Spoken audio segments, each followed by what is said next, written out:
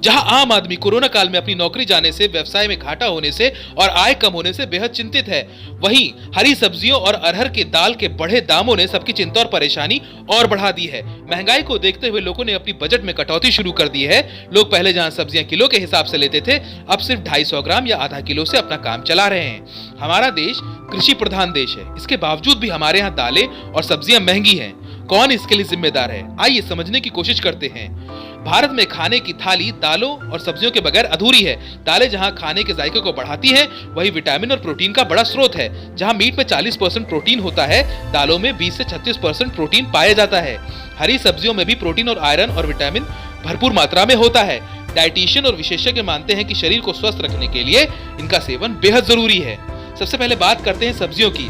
टमाटर 60 से 80 रुपए किलो, आलू 35 रुपए किलो, प्याज 40 रुपए किलो, सोया मेथी 80 से 120 रुपए किलो, लौकी 40 रुपए किलो, शिमला मिर्च 100 रुपए किलो तक बाजार में बिक रहे हैं। बाकी सब्जियां भी काफी महंगे दामों में बाजार में बिक रही हैं। विशेषज्ञों की माने तो बारिश के कारण अधिकतर किसानों की फसल बर्बाद हो गई है, जिससे सब्जियों के रेट बढ़ गए हैं और इसके अलावा कोरोना और लॉकडाउन की वजह से भी सब्जियों के दाम में बेतहाशा वृद्धि हुई है।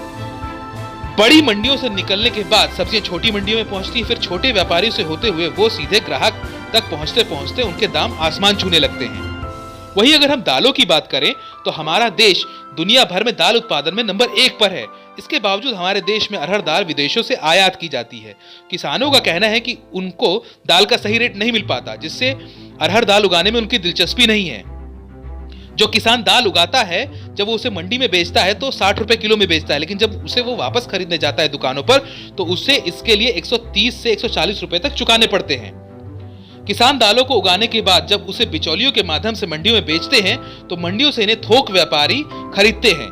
थोक व्यापारी से फुटकर व्यापारी, फुटकर व्यापारी से होते हुए सीधे ये ग्राहक यानी हम और आप तक पहुंचते पहुंचते काफी महंगी हो जाती है। किसान से ग्राहक के बीच की जो पूरी चेन होती है, वही कालाबाजारी और जमाखोरी शुरू होती है। जमाखोर इस दाल को स्टॉक कर लेते हैं। इसके लिए अफवाह भी काफी हद तक जिम्मेदार है। जब अफवाह उड़ती है तो व्यापारी से लेकर ग्राहक सभी लोग महंगाई से बचने के लिए इन दालों को अपने पास स्टॉक कर लेते हैं, जिससे बाजारों में इसकी किल्लत हो जाती है और इसका फायदा उठा करके जमाखोर बाद में इसे महंगे दामों पर बेचते हैं।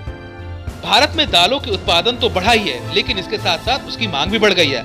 अगर हम पिछले आंकड़े देखें तो सन 2018-19 में दाल उत्पादन का जो लक्ष्य था वो था 46 लाख टन, जो कि वास्तविक उत्पादन हुआ है 33 लाख टन। 2019 और 20 की बात की जाए तो इसका जो लक्ष्य था वो था 48 लाख टन, लेकिन जो इसका वास्तविक उत्पादन हुआ है वो हुआ है 48 लाख टन। प्रोडक्शन और डिमांड के बीच का अंतर ही महंगाई का बहुत बड़ा कारण है।